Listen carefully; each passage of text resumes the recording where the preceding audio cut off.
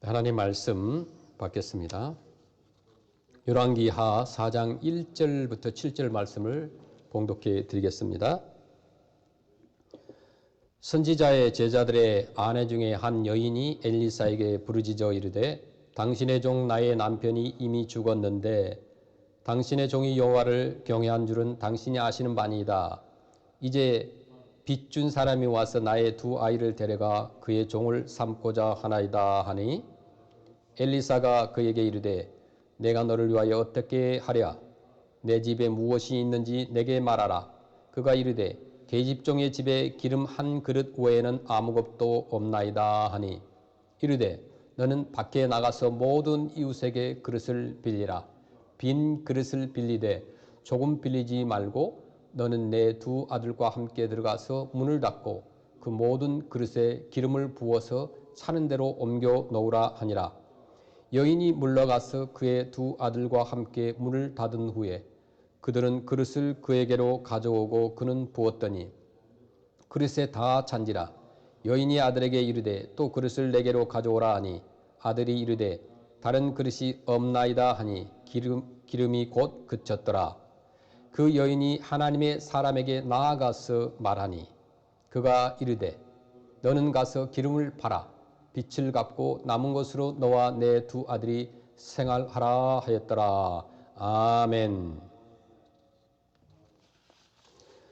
오늘 본문 말씀은 엘리사 선지자가 신학생이었던 생도의 과부에게 빌려온 빈 그릇이 가득 찰 때까지 기름이 떨어지지 않는 기적을 베푼 사건입니다. 그 당시에는 북왕국 이스라엘의 여호람 왕이 통치하던 시절로 아람 나라의 잦은 침입으로 나라는 점점 쇠퇴해져 가고 백성들은 무척 살기가 어려워졌습니다. 그런 가운데 선지자의 생도 한 명이 두 아들과 빚을 남긴 채 죽고 말았습니다. 과부가 된 생도의 아내는 채주 빚쟁이에게 독촉을 받기 시작했습니다. 채주는 그 여인이 혼자 빚을 갚는 것이 힘들 것을 알고 찾아와서 이스라엘 그 당시의 그 율법대로 빚을 갚지 못하면 그 자녀들을 노예로 데려갈 수가 있었습니다. 그래서 두 아들을 데리고 가겠다고 했습니다. 그래서 과부는 두 아들을 빼앗길 위기에 되었습니다. 그러자 조급해진 이 과부는 어떻게 해야 할지 고민하다가 선지자 엘리사에게 찾아가서 도와달라고 간청을 합니다. 엘리사 선지자는 과부에게 묻습니다. 네 집에 무엇이 있는지 내게 말하라 라고 했습니다. 과부는 집에 한 병 기름 외에는 아무것도 없나이다 라고 대답을 했습니다. 그러자 선지자는 그러면 너는 밖에 나가서 모든 이웃들에게 가서 그릇을 빌려라. 빈 그릇을 빌려오되 조금 빌리지 말고 그릇을 많이 빌려오라. 그렇게 얘기를 했습니다. 과부가 그릇을 많이 빌려오자 선지자는 한 병에 남은 기름을 그 그릇에 부으라고 했습니다. 과부는 선지자가 시킨 대로 방문을 닫고 그 그릇에 빈 그릇에 기름을 붓기 시작합니다. 그러자 기름병에서 기름이 계속해서 나와서 빌려온 그릇마다 기름이 가득 차게 되었던 것입니다. 과부가 아들에게 묻습니다. 애야, 더 그릇이 없느냐? 그때 아들이 어머님 더 이상 빌려온 그릇이 없습니다 라고 대답했을 때 비로소 기름병에서 기름이 멈췄다고 합니다. 선지자는 그 과부에게 기름을 팔아서 이제 그 빚도 갚고 두 아들과 함께 생계도 유지하라 이렇게 말하였고 바로 이 사건이 오늘 본문 말씀에 기록되어 있는 것입니다. 우리 삶을 살다 보면 한계 상황이라는 어떤 상황에 도달하게 됩니다. 이 한계 상황이라고 하는 것은 우리 사람에게 다가오는 상황들 가운데서는 우리 인간의 힘으로는 도저히 변화시킬 수 없는 것들이 있는데 이것을 우리는 한계 상황이라고 합니다. 예를 들어서 질병이 있습니다. 또 죽음과 같은 것이 있습니다. 이게 다 한계 상황이에요. 우리 사람이 어떻게 할 수가 없어요. 우리의 힘으로 질병을 거부할 수도 없고 또 죽음을 거부할 수도 없습니다. 이런 한계 상황에 직면하면 우리는 심한 절망과 슬픔을 경험하게 됩니다. 본문에 말씀해 보면 갑자기 과부가 된 이 여인에게는 적어도 이 다음과 같은 세 가지 아픔이 있었어요. 첫째는 뭐냐면 사랑하는 사람을 갑자기 잃어버렸습니다. 사람이 사랑하는 남편이나 아내, 사랑하는 사람을 잃어버린다는 아픔이 얼마나 큽니까?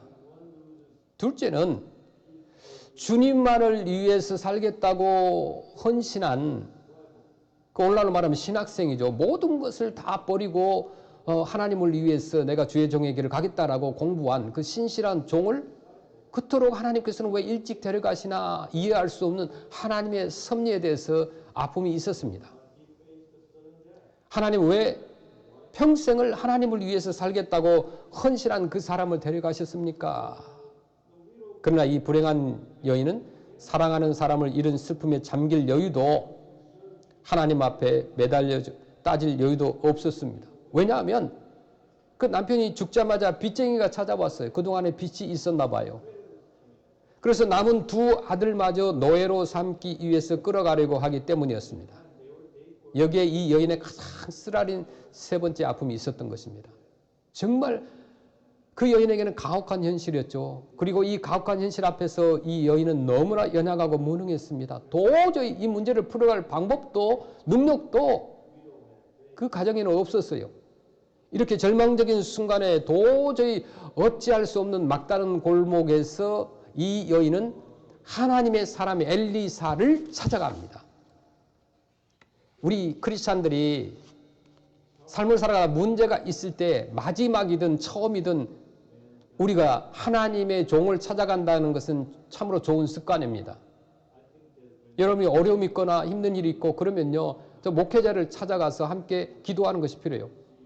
많은 사람들이 얼핏 신앙적인 문제라면 몰라도 금전적인 문제, 경제적인 문제인데 무슨 그 목사님에게 찾아간들 무슨 소용이 있겠나라고 생각할 수 있습니다. 그렇게 생각하는 분들이 있다면 그분은 아직 여유가 있다는 증거입니다. 자, 여러분은 어떤 문제에 봉착했을 때 여러분이 어떤 결정을 하고 있습니까? 본문은 그럴 때 우리가 하나님 앞에서 어떤 모습으로 살아가야 되는가, 그리고 어떻게 살아가야 하는지를 가르쳐주는 대단히 귀중한 말씀인 것입니다. 첫째, 하나님 앞에 간절한 마음으로 서라는 것이죠. 사람이 막다른 골목에 처하게 되면 어떻게 합니까? 막다른 골목에 몰리면 쫓기던 쥐도 고양이를 문다고 하잖아요. 사람의 경우에 그 인생의 막다른 골목에 부닥치면 그 만사를 포기해버리는 사람이 있습니다. 또 혼자 망하고 마는 사람이 있기도 하고, 그런가 하면은 죽지 않겠다고 바라가는 사람도 있고 원망하는 사람도 있고 불평하는 사람도 있습니다. 이럴 때 우리가 믿는 사람들, 우리 크리스찬들은 어떻게 해야 하는가? 겸손히 하나님 앞에 무릎을 꿇고 내가 아무것도 할 수 없는 무능력한 존재임을 깨닫는 것이고, 또 하나는 하나님만이 모든 일을 하실 수 있다는 선언을 해야 돼요. 세 번째는 하나님께 온전히 맡기는 거예요. 열왕기하 4장 1절 말씀해 보시면, 선지자의 제자들의 아내 중에 한 여인이 엘리사에게 부르짖어 이르되 당신의 종 나의 남편이 이미 죽었는데 당신의 종이 여호와를 경외한 줄은 당신이 아시는 바니이다. 이제 빚준 사람이 와서 나의 두 아이를 데려가 그의 종을 삼고자 하나이다 하니, 이렇게 말씀합니다. 여기 엘리사에게 부르짖어 이르되, 이 말은 단순히 한 인간 엘리사에게 부르짖는 행위가 아닙니다. 당시 하나님의 종에게 다가왔다는 것은 하나님께 자신의 문제를 가지고 왔다는 것입니다. 여기 부르짖었다, 이 말씀이 나옵니다. 히브리어는 케라라는 단어인데 어떤 의미가 있느냐면 아주 특별하고 간절하게 마음을 쏟는 기도를 말하는 거예요. 오늘 보면 영어 번역은 우리말처럼 cry out to me라고 되어 있습니다. 내게 울며 부르짖으라, 이렇게 옮기고 있죠. 자, 사랑하는 여러분, 지금이 바로 지금 이 시대에, 지금 오늘날 이 시간이 우리가 그렇게 울부짖어 기도할 때가 아닌가 싶습니다. 정말 이상한 일은 우리 크리스찬들 가운데 소소한 일상에서 어느 정도 기도를 실천하면서도 정말 어려운 한계 상황에서는 기도하지 않는 거예요. 우리로 현실을 넘어서서 살라고 기도의 날개를 주셨는데 언제 기도의 날개를 펴보셨습니까? 왜 기도하지 않는가? 지금이야말로 기도할 때가 아닌가 싶습니다. 그냥 기도할 때가 아니라 부르짖어 기도할 때라는 거예요. cry out 할 때라는 거예요. 사람은 겉모양으로만 봐가지고는 그 삶을 다 알 수 없는 존재입니다. 아무리 좋은 조건을 가졌고 또 남보다 행복할 것이다라고 생각하는 사람 역시 누구나 어떤 사람들 보면 그 속에 어떤 슬픔이 담겨 있는지 또 그 가슴속 깊은 곳에 어떤 아픔의 눈물이 고민이 있는지 사람들의 겉모습만 봐가지고는 도저히 알 수가 없어요. 안다고 해도 뭐 극히 일부를 우리는 짐작할 뿐입니다. 우리가 기도하는 대상, 우리의 기도를 듣고 계신 이가 누구십니까?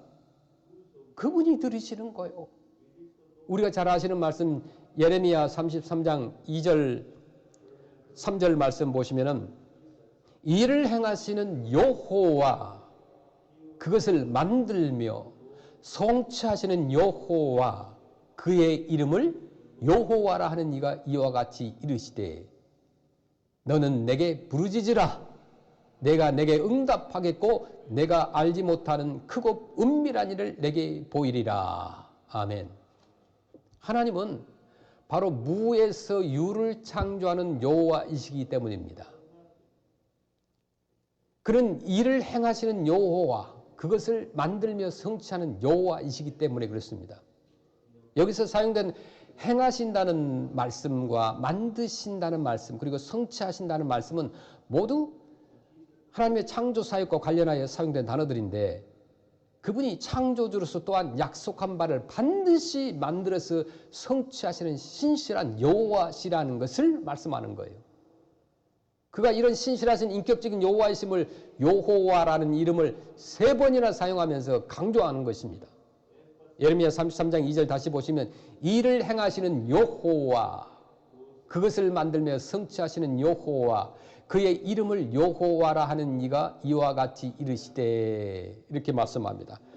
바로 그분이 너는 내게 부르짖으라 내가 내게 응답하겠고 내가 알지 못하는 크고 비밀한 일을 내게 보이리라 라고 말씀합니다. 여러분 기도는 반드시 응답이 있을 줄로 믿습니다. 두 번째 믿음으로 하나님의 역사를 경험하라는 것이에요. 본문의 이 여인은 지금 절박한 상황에 처해 있습니다. 생각해 보세요. 같이 행복하게 살던 그 남편이 죽었습니다. 남편이 죽을 뿐만 아니라 빚을 지고 죽었습니다. 남은 것은 빚더미뿐이었어요. 그래서 채무로 인해서 2 아이가 종으로 팔려갈 수밖에 없는 상황에 처해 있습니다. 그 빚이 얼마이든 상관없이 빚을 못 갚으면 그 당시에는 그 자녀들을 노예로 데리고 가서 팔 수도 있었습니다. 어떻게 인간이 이토록 무자비할 수 있을까요? 이때에 엘리사가 여인에게 묻죠. 내 집에 무엇이 있는지 내게 구하라. 이 여인이 말하기를 계집종의 집에는 한 병 기름 외에 아무것도 없나이다. 그러니까 집에 있는 거라고는 아무것도 없는 거예요. 먹다 남은 기름 한 병밖에 없는 거예요. 오로지 있는 것이라고는 기름 한 병밖에 없다는 것이에요. 그것이 전 재산이었습니다. 기름 한 병에 가족의 인생이 걸려 있다는 말씀이죠. 그녀에게는 믿음도 희망도 아무것도 없습니다. 생각해 보세요. 집에 빚이 있죠. 먹을 것도 없죠. 기름 한 병밖에 없습니다. 자포자기의 모습을 봅니다. 그런데 그 기름 한 병으로부터 역사가 시작이 됩니다. 그것이 이 여인이 가지고 있는 유일한 재산 목록이었어요. 하나님께서는 바로 이것을 사용하시기로 작정하셨습니다. 물론 하나님께서 하시고자 하시면은 그냥 엘리사를 통해서 그냥 광야에서 그 만나를 내리시듯이 모든 물질과 양식을 다 막 쏟아지게 하실 수도 있으셨을 것입니다. 왜요? 천지를 만드신 하나님께서 그런 일 못 하시겠습니까? 그러나 하나님께서는 그렇게 하시지 않았어요. 그래서 먼저 그 여인에게 다가가서 묻습니다. 네가 지금 가지고 있는 것이 무엇이냐? 기름이 한 병이 있다라고 말합니다. 그런데 엘리사는 그 기름 한 병을 하나님 앞에 내놓으라고 하는 거예요. 아니 생각해 보세요. 아무리 주의 종이라고 할지라도 기름 한 병밖에 없는데 그것마저 하나님 앞에 내어놓으라고 하는 거예요. 상식적으로 인간적으로 이해가 갈 수 없는 그런 상황입니다. 마지막 기름 한 병뿐인데 그것마저 주님께 바치라고 합니다.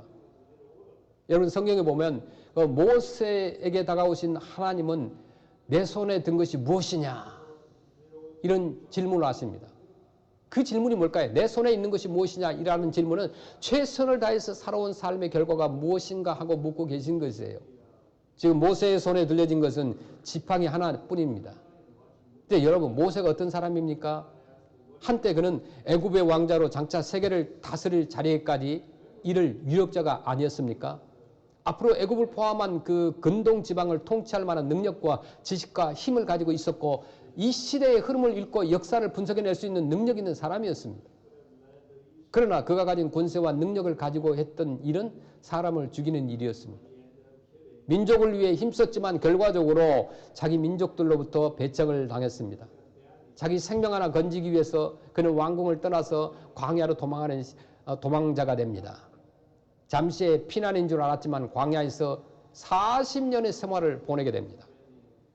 모세 역시 세월이 흐르는 동안 인정하고 싶지는 않았지만 양을 치는 목자 이상의 존재가 아니라는 사실을 그는 처절하리만큼 느꼈을 것입니다. 자신의 꿈과 희망을 이 모두 광야에 묻어야만 했습니다. 그의 활동 무대는 더 이상 왕궁이 아니었고 고상한 인격과 세계 역사를 꿰뚫어 볼 수 있는 통찰력, 민족을 이끌고 나갈 수 있기 위해 받은 훈련들이 이 광야에서는 아무런 소용이 없었습니다. 단지 좋은 목초지가 어디 있는지를 살피고 어린 양의 울음소리에 긴장하고 달려가야 하는 평범한 목자 이상이 아니었습니다. 모세가 최선을 다해서 살았던 삶의 결과는 자기의 꿈을 묻은 광야와 목자의 상징인 지팡이 뿐이었던 것입니다. 베스다 광야에서 발생한 오병이어의 기적이 그저 우연히 일어난 사건이었겠습니까? 한 꼬마 어린이의 도시락 속에 들은 그 보리떡 5개와 물고기 2마리 참으로 보잘것없는 것이었어요. 그러나 그것은 그 어린이가 가지고 있는 전부였습니다. 그 어린이는 그것을 바치고 나니까 자기는 아무것도 없게 되었습니다.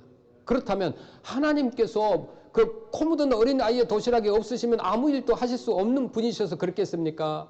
아닙니다. 그것은 믿음의 불씨였습니다. 믿음의 싹이 트기 시작한 것입니다. 그 믿음의 불씨가 예수님 앞에 바쳐져서 축복하고 축사하심을 받을 때 기적의 불씨가 되어서 5,000명이 먹고도 12광주리가 남는 축복의 잔치가 벌어졌던 것이에요. 여러분 가운데 그 마중물이라는 것을 아실 것입니다. 그 몇 년 전에 캄보디아 선교를 갔었을 때 그곳에 수도 시설이 없었기 때문에 마을마다 펌프물이 있었습니다. 그런데 그 펌프물 곁에는 항상 그릇이 있었는데 거기에는 물이 담겨져 있었습니다. 이것이 마중물입니다. 여러분 아시지만 이 펌프질을 하다가 놔두면 아무리 펌프질을 해도 물이 안 나옵니다. 왜냐하면 외부에서 공기가 들어가서 펌프에 물이 빠집니다. 그러면 아무리 펌프질을 해도 물이 나오지 않습니다. 그때를 위해서 항상 빈통에다가 물을 담아 놓는데 누구든지 그 펌프에서 물을 가져간 후에 사용한 후에는 반드시 마중 물을 남겨두어야 되는 것이에요. 그래야 다른 사람이 또 사용할 수 있기 때문입니다. 그 마중물이라는 것이 바로 지하에 깊이 고인 맑고 깊은 샘물을 데려오기 위해서 마중 나가는 첫 물을 일컫는 우리 한국말입니다. 이 물을 영어로 calling water라고 합니다. 부르는 물이라고 하는 거죠. 마중물은 매우 소중한 역할을 합니다. 아무리 목이 말라도 마중물을 마시면 안 되는 거예요. 그러면 땅속 깊은 곳에 있는 시원한 물을 더 이상 마실 수가 없습니다. 마중물은 지상과 지하를 연결하는 축복의 통로입니다. 지금 당장은 눈에 물이 보이지 않아도 마중물을 펌프에 부으면 샘 깊은 곳에 고여있는 물을 퍼 올릴 수 있다는 거예요. 이것이 바로 마중물의 사명입니다. 여기 한 병 기름이라고 한다는 것은 이 집안에 남은 마지막 유일한 재산입니다. 오늘날 가게에서 올리브유 한 병 정도는 4불 정도 되겠죠. 이 정도밖에 이 여인에게 재산이라는 것은 없었어요. 그러나 하나님은 이 한 병 기름을 믿음의 불씨로 일으켜서 마중물의 역사를 일으키십니다. 여러분들에게 만약 다 잃었다고 생각하는 그 순간에 그래도 무너진 잿더미 아래서 남아있는 것이 있다는 것을 발견해야 돼요. 그 남아있는 것이 무엇인가를 한번 찾아보세요. 다 잃었지만은 뭔가 있을 거예요. 그것을 발견했다고 한다면 바로 그것을 가지고 하나님을 찾아가셔야 돼요. 그리고 그것으로 하나님과 다시 함께 시작해야 된다는 거예요. 아직도 우리 가운데 나에게는 아무것도 남은 것이 없다라고 생각하는 분들이 계십니까? 그렇게 생각도 마시고 말도 하지 마시길 바랍니다. 왜 나에게 아무것도 없습니까? 우리에게는 선물로 받은 믿음이 있잖아요. 그 작은 믿음의 불씨를 꺼뜨리지 않는 한 우리는 하나님께 드릴 것이 있음을 깨달으시길 바랍니다. 세 번째, 빈 그릇을 준비하라고 그랬어요. 순종입니다. 왜 우리가 그릇을 준비해야 할까요? 하나님께서 그릇을 통해 역사하시기 때문에 그렇습니다.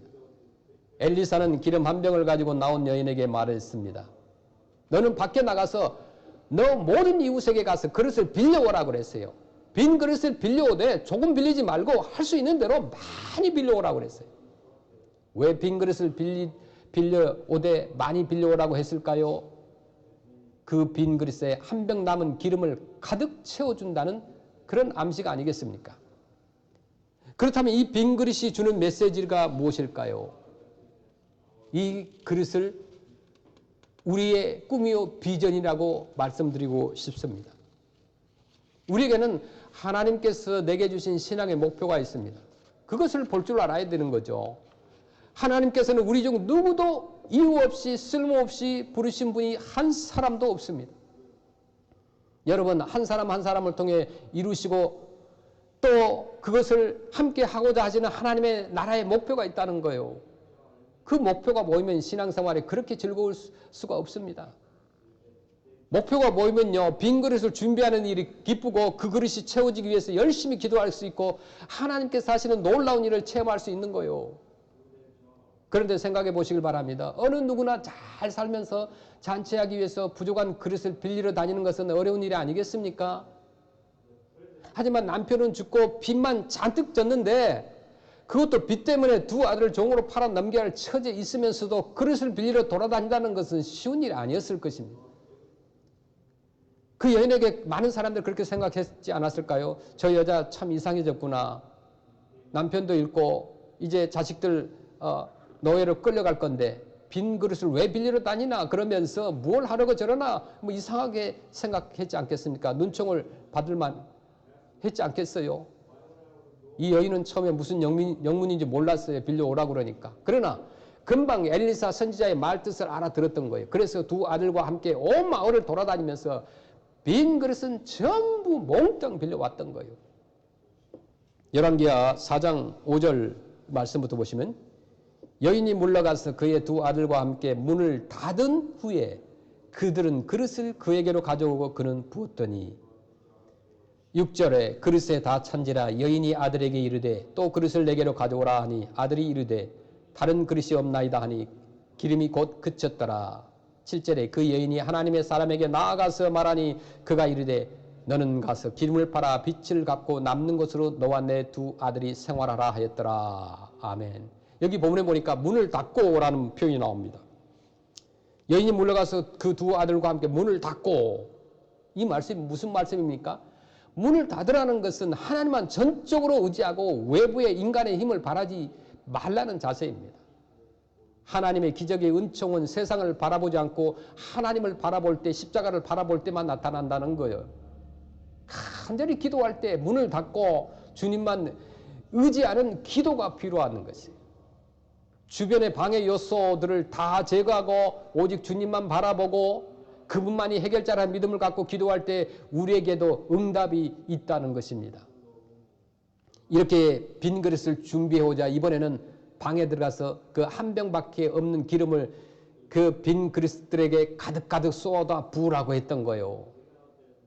그게 상식적으로 이해가 됩니까? 기름은 한 병밖에 없는데 빌려온 그릇은 수십 그릇인데 그곳에 기름을 부으라는 거예요. 그런데 말씀대로 했더니 어떻게 됐습니까? 그릇마다 기름으로 채워지는데 병에서 기름이 떨어지지 않는 것입니다. 빈 그릇이 없어서 더 이상 기름을 부을 수 없을 때까지 기름을 쏟아 부었습니다. 이 일을 보면서 그들이 얼마나 기뻐했겠습니까? 기름 붓는 일이 너무나 기뻤습니다. 왜 그 일이 기뻤을까요? 하나님이 그들 속에 함께 역사하심을 체험했기 때문에 그렇습니다. 하나님께서 하시고자 하시면은 그런 일은 아무것도 아니었습니다. 그렇다면 이 여인에게 나타나는 일이 왜 오늘 저와 여러분들에게 나타나지 말라는 법이 어디 있겠습니까? 중요한 것은 그것을 믿음으로 볼 수 있느냐는 거예요. 하나님 앞에 서기를 막다른 골목에 선 듯한 심정으로 바라보고 거기에 믿음의 불씨가 있으며 그리고 하나님께서 우리를 통해 하시고자 하는 일이 무엇인지를 분명히 안다면 우리에게도 나타나지 않을 이유가 없다는 것입니다. 인생의 목표를 잃은 자는 꿈을 잃어버린 자요. 꿈이 없는 자는 의미 없는 인생을 살게 됩니다. 우리들이 왜 신앙생활에서 실패하고 왜 기도의 응답을 받지 못하는 것일까요? 나를 이 땅에 태어나게 하신 인생의 목표를 잃어버렸기 때문에 그렇습니다. 사람이 목표를 잃어버리면요, 절망할 수밖에 없고 낙심할 수밖에 없습니다. 목표를 놓치지 않는 한 승리와 기쁨이 있다는 거예요. 토미 텐이라는 그 목사님이 The God Catchers라는 책을 썼습니다. 그 책에서 보면은 부흥을 태동시키는 힘을 뭐라고 했느냐면 배고픔이라 그랬어요. 부흥을 일으키는 선구자는 훌륭한 설교자가 아니고 훌륭한 음악가가 아니라 진정한 부흥을 태동시키는 선구자가 바로 우리의 배고픔이라고 말합니다. 우리의 영적인 배고픔, 영적인 목마름을 느끼는 것으로부터 부흥이 시작된다는 겁니다. 배부른 사람은요, 아무리 맛있는 음식을 보고도요, 식욕을 느끼지 못합니다. 오늘날 크리스찬들은 영적으로 배고픈 상태입니다. 모두가 다 영적인 배고픔의 상태. 그럼에도 불구하고 배고픈 줄 모르는 거예요. 하나님의 말씀과 성령께서 부어주시는 은혜로 말미암아 배불러야 하는데 그렇지 못하고 있습니다. 배고픈 사람은 음식을 보는 순간 입안에 군침이 돌고 먹고 싶은 갈망을 느끼는 거예요. 영적으로 목말라 있고 배고픈 하나님의 사람들은 하나님의 말씀을 듣고 찬양을 듣기만 해도 눈물이 나오려고 합니다. 하나님 언제까지 기다려야 합니까? 함께 찬양하고 예배드리고 이곳 우리 아시안 사람들 향하여 아울리치를 하고 선교를 하는 그날이 그립습니다. 영적으로 배고픈 자들이 하나님을 찾고 또 찾습니다. 영적으로 목말라 하고 있는 사람들이 말씀을 그리워하게 되는 거예요. 오늘 본 말씀이 오늘날 크리스찬들에게 강력하게 요구하는 메시지는 이것입니다. 정리를 하자면 첫째, 그릇을 준비하자는 거예요. 하나님께서 기적을 행하시도록 그릇을 준비하고 빈 그릇을 준비하고 빈 그릇에 내용물을 담을 수 있도록 준비하라는 거예요. 어떤 것이 그 그릇에 담겨 있다면 다른 것은 담을 수가 없습니다. 그래서 그릇을 준비하는 거예요. 또 얼마나 많이 준비하자는 거예요. 기도의 그릇으로 준비하고 헌신의 그릇을 준비하고 전도의 그릇과 선교의 그릇, 순종의 그릇, 충성의 그릇, 그 그릇을 준비하자는 거예요. 하나님께서는 준비된 곳에 은혜를 베푸시고 준비된 사람에게 축복을 주시고 준비된 사람을 일꾼으로 사용하신 줄로 믿습니다. 준비된 가정에게 복을 주시고요. 준비된 교회를 부흥하게 하시고 선교하게 하시고 쓰신다는 거예요. 그릇마다 채워주시는 것입니다. 큰 그릇을 준비해야 돼요. 가능하면. 준비된 곳에 하나님께서 부어주십니다. 준비된 곳에 언제든지 하나님께서 축복해 주신다고 그랬어요. 우리의 입을 넓게 열면 채워주신다고 약속하십니다. 믿음만큼 채워주시는 거예요. 믿음으로 여러분들 준비하시길 바랍니다. 비즈니스든 학업이든 직장이든 언제 하나님께서 쓰실지 모르니 우리가 준비하자는 거예요. 두 번째, 준비된 그릇을 깨끗하게 해야 돼요. 무엇으로? 물로 깨끗하게 해야 돼요. 비록 더러워진 그릇이라도 물로 씻으면 깨끗해집니다. 그릇에서 찌꺼기를 제거하라고 그랬어요. 처음에는 깨끗한 그릇이었는데 사용하다 보면 더러워질 수 있습니다. 자신을 깨끗하게 해야 하나님께서 귀하게 쓰신다고 하시는 말씀이죠. 말씀과 기도로 깨끗하게 하라고 하십니다. 디모데후서 2장 20절 말씀에 큰 집에는 금그릇과 은그릇뿐 아니라 나무 그릇과 질그릇이 있어 귀하게 쓰는 것도 있고 천하게 쓰는 것도 있나니 21절에 그러므로 누구든지 이런 것에서 자기를 깨끗하게 하면 귀히 쓰는 그릇이 되어 거룩하고 주인의 쓰심에 합당하며 모든 선한 일에 준비함이 되리라. 22절에 또한 너는 청년의 정욕을 피하고 주를 깨끗 헛한 마음으로 부르는 자들과 함께 의와 믿음과 사랑과 화평을 따르라. 아멘. 여기에 깨끗하게 하라고 그랬어요. 이 말은 에카다이로라는 말인데 깨끗이 청소한다는 말이에요. 제거하라는 말이에요. 내 속에 있는 그 죄악의 뿌리까지도 더러운 것까지도 건져라라는 말이에요. 그냥 뽑아내라는 거예요. 그래서 쓰심에 합당하며 유크레테스, 쓸모있는 유용한 그런 그릇으로 깨끗하게 만들라는 거예요. 더러운 그릇은 천하게 쓰입니다. 그리고 쓰이고도 버림을 맞는 거예요. 세 번째, 그릇에 기름을 채워야 된다고 그랬어요. 그릇마다 기름을 채우라고 그랬어요. 성령의 기름 부음을 받아야 됩니다.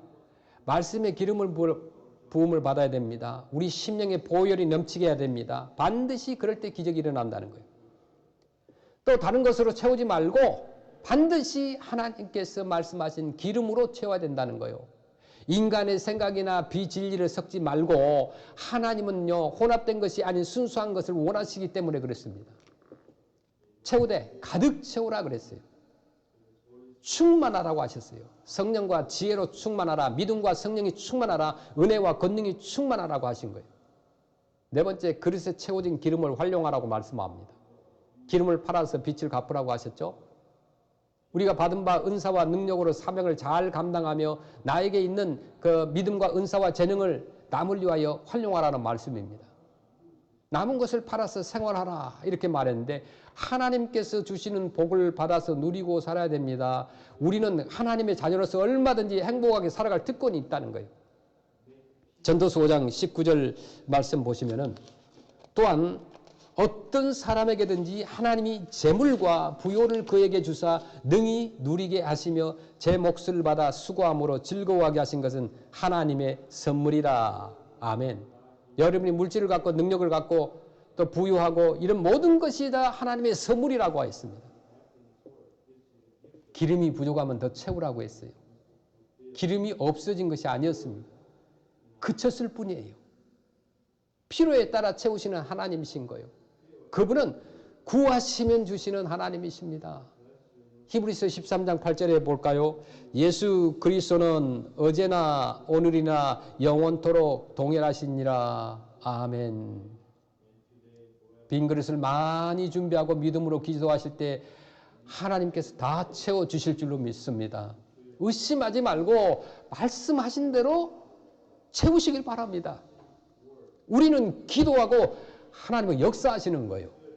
빈 그릇을 들고 지금 주님께 나오시길 바랍니다. 이 말씀대로 살기를 주님의 이름을 간절히 축원드립니다.